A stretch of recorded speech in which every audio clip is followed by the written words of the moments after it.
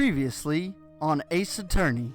Larry, why didn't you tell the truth? Your Honor, at the time of the murder, there was a blackout in the building.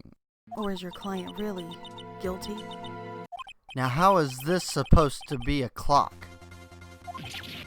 You, with your objections and your evidence, just who do you think you are? Let's answer the question, Mr. Sahwit. Hey, I saw it there, okay? That's a clock. Your Honor, if I may, Yes, Mr. Payne. as the witness stated, the statue is indeed a clock. The neck is a switch. You just tilt it, and it says the time out loud.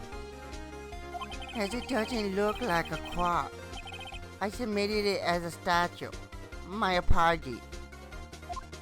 I see. So, the murder weapon was a table clock after all. Well, Mr. Wright, it appears that the witness's testimony was correct. This is a clock. Do you have any problems with this testimony now? Your Honor, there's a gaping hole in the witness's testimony. The only way he could have known the weapon was a clock is to hold it in his hand. Yet the witness testified that he never entered the apartment. Clearly a contradiction. Indeed. The witness knew it was a clock because he... You're lying. You were inside the apartment on the day of the murder. Oh yeah? Prove it! Prove I went there! I'll do better than that. I can prove you were the one who killed her. You struck her with the clock, and the shock of the blow triggered the clock's voice. That was the sound you heard. Order in the court. Intriguing. Please continue, Mr. Wright.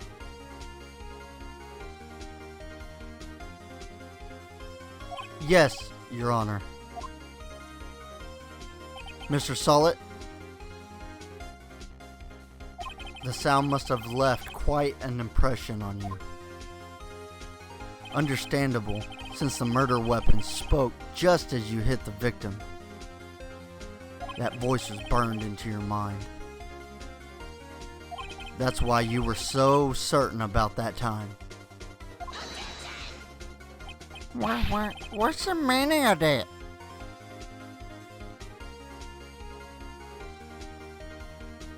This is all baseless conjecture. Baseless? Just look at the witness's face. Would the witness care to elaborate? Did you strike the victim with the clock? That day, I never... Look, the clock, I heard... No, I mean, I saw... Shut up! Shut up! Shut up! I hate you! It was him, I tell you! I saw him! He killed her, and he should burn! Burn! Give him death!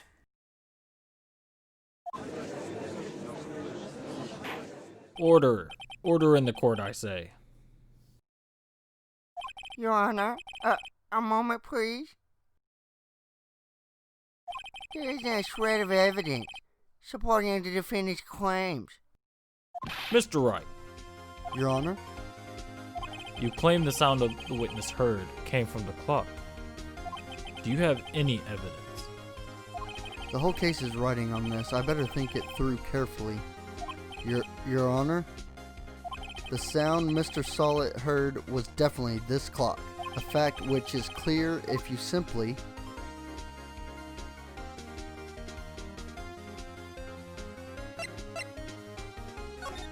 Let's sound the clock now, here in this court. Your Honor, may I have the clock? I ask the court to listen very carefully. I think it's 8:25. That certainly is a strange way to announce the time. Well, he is the thinker, after all. So, we've heard the clock. What are your conclusions, Mr. Wright? Mr. Payne, can you tell me what time it is now? It's 11:25. As you can see, this clock is exactly 3 hours slow. Precisely the discrepancy between what Mr. Sahwit heard and the actual time of death. So, Mr. Sahwit, try to talk your way out of this one.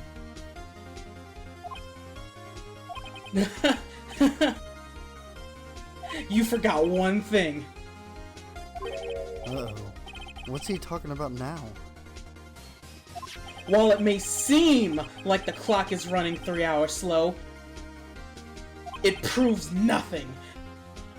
How do you know it was running 3 hours slow on the day of the murder?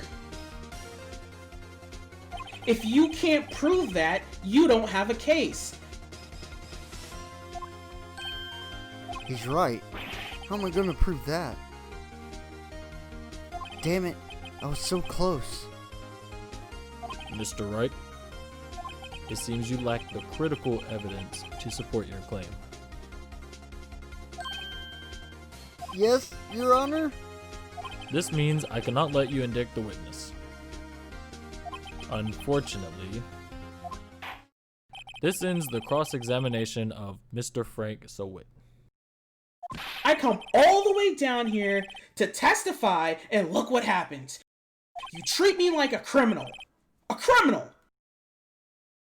You lawyers are all slime. Grr, I almost had him. Sorry, Larry. I failed you. There's nothing I can do about it now.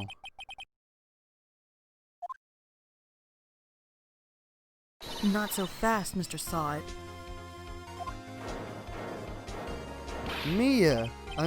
Chief. Listen up, Wright. Don't throw this one away. Not like this. Think. But, Chief, it's over. I can't prove the clock was slow the day of the murder. Nobody can prove that. Well, yes. But that doesn't mean you can't still win. Try thinking out of the box. Don't waste time doubting the facts. Assume the clock was 3 hours slow and think through it. Ask yourself, why was the clock 3 hours slow? Figure out the reason and you'll have your proof. Right? Can you think of a reason as to why the clock would be 3 hours slow? Wait! Maybe I can prove it. You must have evidence somewhere that can prove it, right? Find it and let them have it. Well, Mr. Wright, you say the clock was already running slow on the day of the murder. Have you found evidence to support this claim? Of course. There is a piece of evidence in the court record that can prove my claim beyond a doubt. Ha!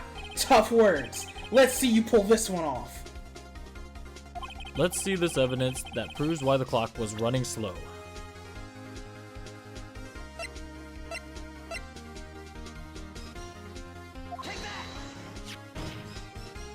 The victim had just returned home from abroad the day before the murder. As we all know, the time difference between here and Paris is 9 hours. When it's 4 p.m. here, it's 1 a.m. the next day there. The clock wasn't 3 hours slow, it was 9 hours fast. The victim hadn't reset her clock since returning home. That's why the time you heard when you struck her dead in her apartment was wrong. Proof enough for you, Mr. Sahwit, or should I say, Mr. Did It?